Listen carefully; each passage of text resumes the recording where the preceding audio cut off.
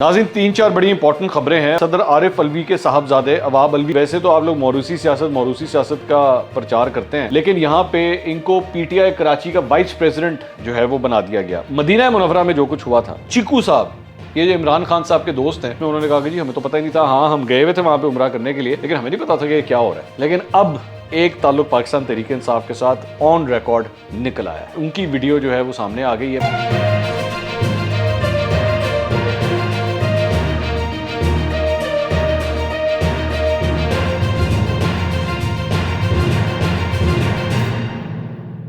अस्सलाम वालेकुम नाज़रीन, मैं हूं मंसूर अली खान। अपने यूट्यूब चैनल के ऊपर आपको खुश आमदीद कहूँगा। सबसे पहले आपसे दरख्वास्त के चैनल को सब्सक्राइब करना मत भूलिएगा और बेल आइकन ज़रूर प्रेस कीजिएगा।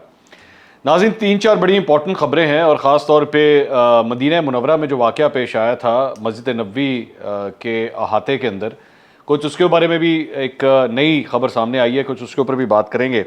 लेकिन चंद दीगर खबरें ज़रा पहले डिस्कस कर लें। एक तो खबर ये आ रही है कि शहबाज शरीफ साहब जो सऊदी अरब के दौरे के ऊपर थे, मेरे कायद, अब मुत्तहिदा अरब अमारात जाएंगे वापसी के ऊपर वहाँ से, और उसके बाद मुत्तहिदा अरब अमारात से होते हुए उसके बाद वो पाकिस्तान जो है वो वापस आएंगे। तो मशरक़ वस्ता के इन ममालिक के साथ जो है वो बड़ा इंपॉर्टेंट ये दौरा है।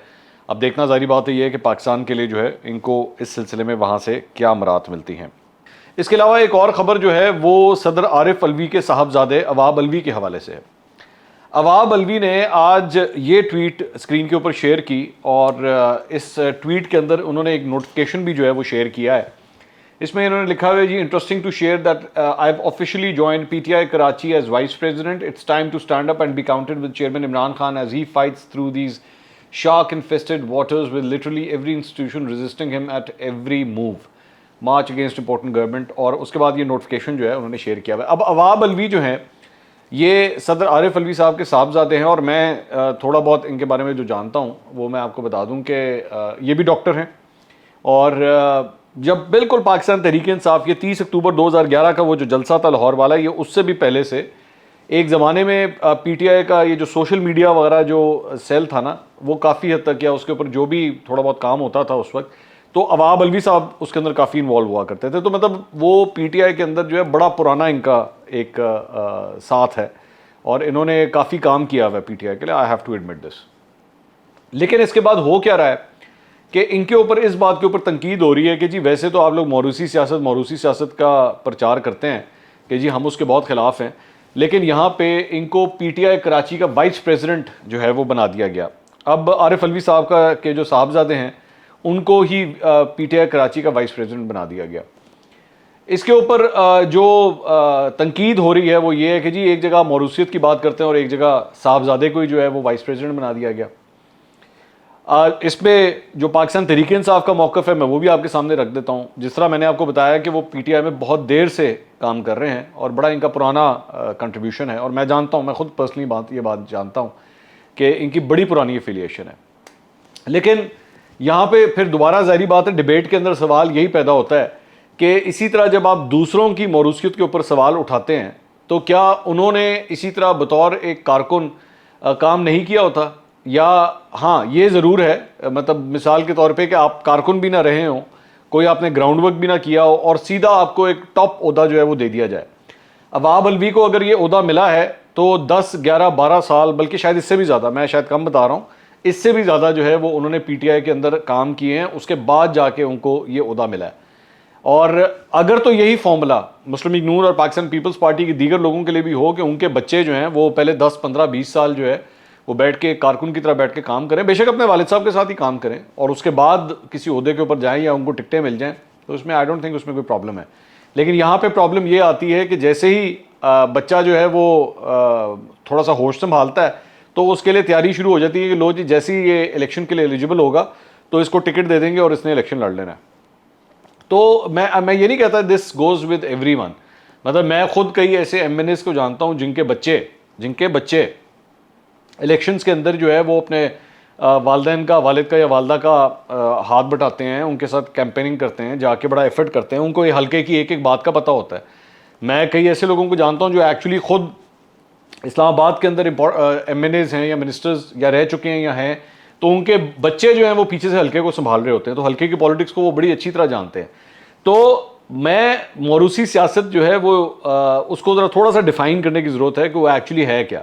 एतराज़ ये होता है कि उसने किया भी कुछ ना हो और आप जाते साथ ही उसको सबसे पहला काम ही जो है वो टक करके पार्टी की टॉप उसको जो है वो कोई कुर्सी दे दें, तो वहाँ से प्रॉब्लम जो है वो स्टार्ट होती हैं। लेकिन अगर उस किसी बच्चे ने इतनी मेहनत की है और वो उसका बाप भी सियासतदान है, तो उसमें फिर मेरा नहीं ख्याल कि कोई प्रॉब्लम वाली बात है। तो अवाब अलवी के ऊपर तनकीद तो की जा रही है, लेकिन मैं ये कहना चाहूँगा कि अवाब अलवी ने माजी के अंदर बड़ी कंट्रीब्यूशन है उनकी पाकिस्तान तहरीक इंसाफ के लिए।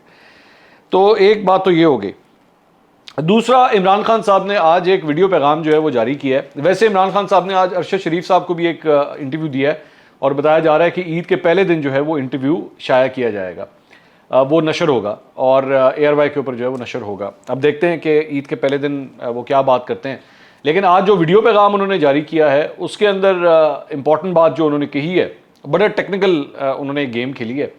एक तो उन्होंने अनाउंस किया कि जी मई के आखिरी हफ्ते में जो है वो हम ये लॉन्ग मार्च की कॉल उन्होंने दी है।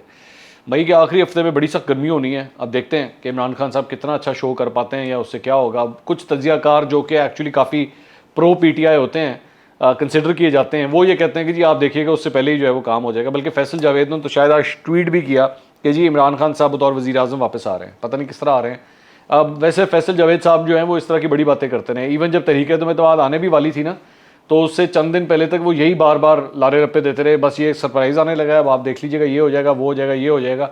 तो सारा एंड में सरप्राइज़ जो है उनके पहले निकल आया था। So I would not trust what Faisal Javed is saying about Imran Khan साहब। अलबत्ता मतलब उनके चंद तज्जियाकारों ने ये नया काम अब स्टार्ट किया है कि बस आप देखिएगा अब क्या हो जाता है। तो आई डोंट नो, मुझे तो मेरे पास कम से कम ऐसी कोई खबर नहीं है कि पता नहीं कुछ होने जा रहा है। मतलब फर्स्ट क्लास यहाँ पे कोर्ट्स के डिसीजन भी मुस्लिम लीग नून के हक में गए हैं। उन्होंने पंजाब भी टेक ओवर कर लिया है, पाकिस्तान मतलब फेडरल तो उनके पास था ही। तो आई डोंट नो कि क्या कोई ऐसी कौन सी को बड़ी तब्दीली आने वाली है, मुझे इस बात का नहीं पता। अच्छा, बात हो रही थी वो जो वीडियो पैगाम है। अच्छा, वीडियो पैगाम के अंदर उन्होंने कहा है कि जी आप लोगों ने जो है ना वो बाहर निकलना है, और किस दिन निकलना है? चांद रात पे निकलना है। चांद रात पे निकलना है और झंडे लेके निकलना है। अब I think it's a smart move actually. मैं इसको बिल्कुल इसी तरह ही लूँगा कि it's a very smart move. वो स्मार्ट मूव इस तरह है कि आपको पता है ये यंगस्टर्स वगैरह जो हैं ये वैसी चांद रात के ऊपर निकलते हैं। ऑब्वियसली मतलब लोग इधर उधर घूमते फिरते हैं, लड़के शड़के वगैरह।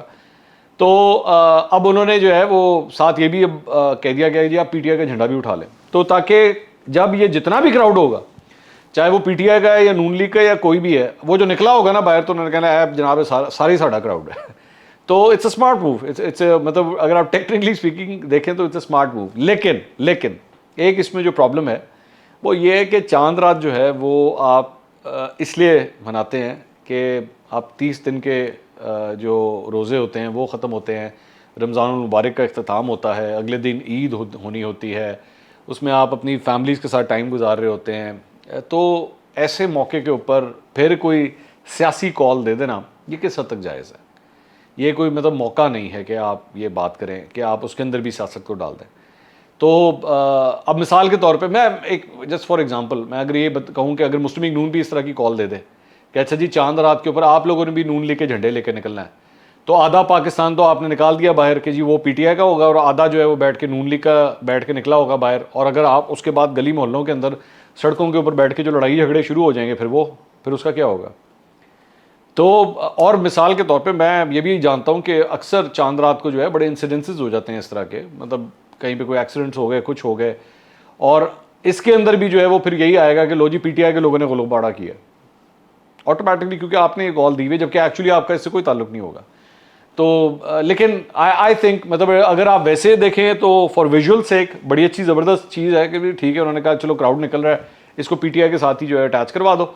लेकिन मेरा ख्याल में किसी ऐसे मौके के ऊपर जो है वो कम से कम आपको सियासी कॉलें इस मौके पे, हाँ मई के एंड पे आपने दिया हुआ है, बिल्कुल आपका राइट है, आप 100 दफ़ा एहतजाज करें, कोई उसमें गलत बात नहीं है, बिल्कुल आपका राइट है, आप जितना मर्जी एहतजाज करें, लेकिन इस मौके पे नहीं करना चाहिए था। और जहाँ पे दूसरी बात मैं अभी थोड़ी देर पहले जिस तरह कह रहा था कि जी आपने बेशक अपने आप को एसोसिएट नहीं किया होगा, और मदीना मुनव्वरा में जो कुछ हुआ था, हमने कल भी इसके ऊपर बात की थी, मैंने इसके ऊपर 2 व्लॉग्स किए थे मैंने। इसके अंदर एक और डेवलपमेंट जो है वो एक और ये आई है कि चीकू साहब, ये जो इमरान खान साहब के दोस्त हैं, उनके बारे में उन्होंने एक वीडियो पैगाम भी कल जारी किया था, मैंने वो भी शो किया था आपको, जिसमें उन्होंने कहा कि जी हमें तो पता ही नहीं था, हाँ हम गए हुए थे वहाँ पे उम्रा करने के लिए, लेकिन हमें नहीं पता था कि क्या हो रहा है। और हम तो बड़े दूर थे, हमारा तो पता नहीं वहाँ पे लोगों ने जो कुछ भी शोर शूर मचाया उन्होंने खुद ही मचाया, हमारा उसके साथ कोई ताल्लुक नहीं था। लेकिन अब एक ताल्लुक पाकिस्तान तहरीक इंसाफ के साथ ऑन रिकॉर्ड निकल आया है, और वो ताल्लुक जो है वो बेसिकली पाकिस्तान तहरीक इंसाफ यूके के प्रेसिडेंट हैं, पाकिस्तान तहरीक इंसाफ यूके के प्रेसिडेंट हैं अब्दुल सत्तार राना साहब। ये उनका जो है वो रिकॉर्ड निकला है और उनकी वीडियो जो है वो सामने आ गई है। बड़ी छोटी सी वीडियो है जिसमें जहाँ पे बाकी लोग जो हैं वो सारे मुस्टंडे चोर चोर के नारे लगा रहे थे मरियम औरंगज़ेब और शाहजैन बुगटी के आसपास, वहाँ पे इनकी वीडियो भी अब सामने आ गई है। ये वीडियो के अंदर छोटी सी वीडियो है, ये क्या कह रहे हैं ज़रा देखिएगा।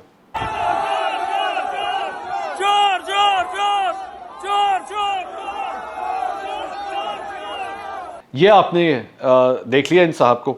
तो अब्दुल सत्तार राना साहब जो हैं ये जब उम्रा करने गए थे तो ये अनिल मुसरत और चिक्कू, ये जो चिक्कू जो इमरान खान साहब के दोस्त हैं, ये इकट्ठे ही थे। ये और ये तस्वीरों में भी आपको नज़र आ रहा है कि ये इकट्ठे ही थे और ये वहीं पे थे। तो अगर ये वहाँ पे थे तो वैसे तो मैंने जिस तरह कल भी बताया था कि चंद तस्वीरों के अंदर ये भी एलेज किया जा रहा है कि जी जनाब ये चिक्कू साहब जो हैं ये उनकी तस्वीरें हैं, जबकि वो डिनाई करते हैं इस बात का।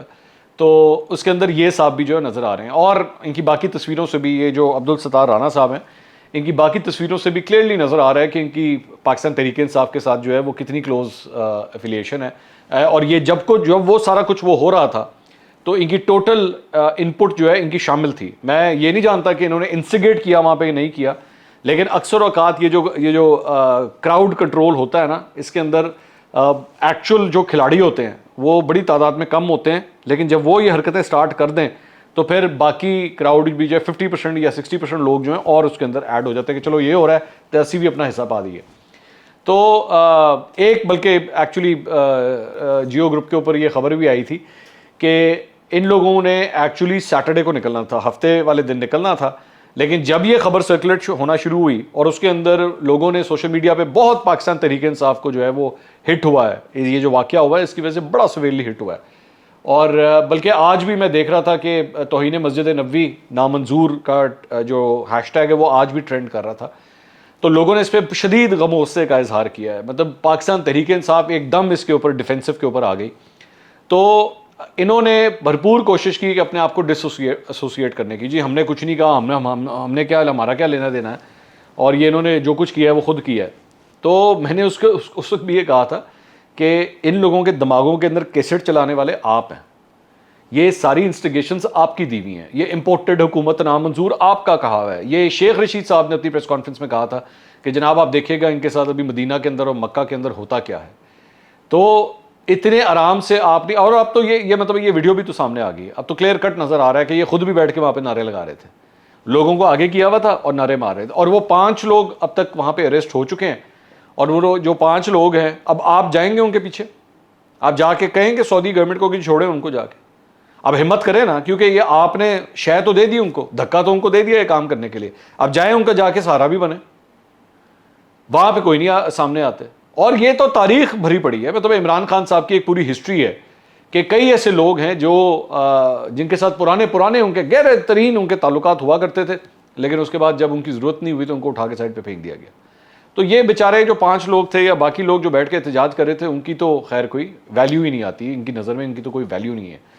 तो कहा यह जाता है कि इन्होंने आना सैटरडे को था, लेकिन जब ये सोशल मीडिया के ऊपर ये इतना शोर मचा तो ये पहले ही निकल गए वहाँ से, कि ये ना हो कि सऊदी अथॉरिटीज़ जो है वो हमारे खिलाफ भी कुछ करें, क्योंकि लोग सऊदी अथॉरिटीज़ को जो है टैग कर रहे थे ट्विटर के ऊपर और उनको कह रहे थे जी इन लोगों के खिलाफ एक्शन लें, ये हैं जिन्होंने एक्चुअली इंस्टिगेट किया है सारा कुछ।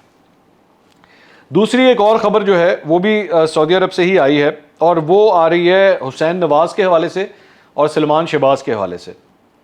आपको याद होगा कि पहले मैंने एक व्लॉग किया था, उसके अंदर मैंने एक लिस्ट शेयर की थी और मैंने उसमें कहा था कि टेंटेटिव लिस्ट है जिसमें शरीफ ख़ानदान के बाकी लोगों के नाम भी बीच में आ रहे हैं।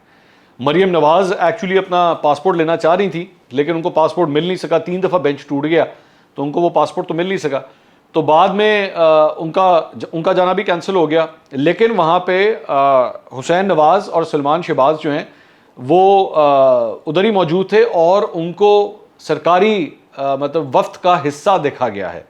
ये तस्वीरें भी आई हैं चंद, जिसमें उनको सरकारी वफ्द का हिस्सा देखा गया है। अब मैंने यही चीज़ पहले डिस्कस की थी कि आप लोगों का क्या लेना देना है कि आप लोग सरकारी वफ्द का हिस्सा बने। You are not part of the delegation.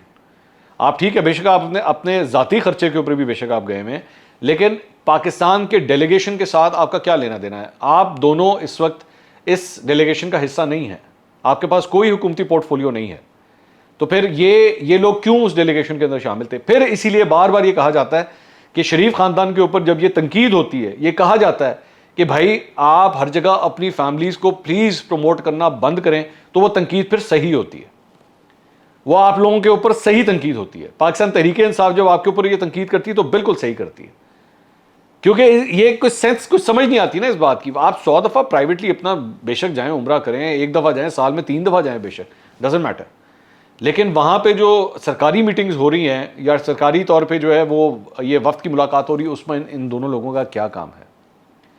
तो मैं उम्मीद करता हूँ, वैसे मुझे ज़्यादा उम्मीद नहीं है, लेकिन फिर भी मैं उम्मीद करता हूँ कि शायद ये किसी दिन ये लोग होश के नाखून ले लें। अगले वीलॉग में दोबारा मुलाकात होगी। अल्लाह हाफ़िज़।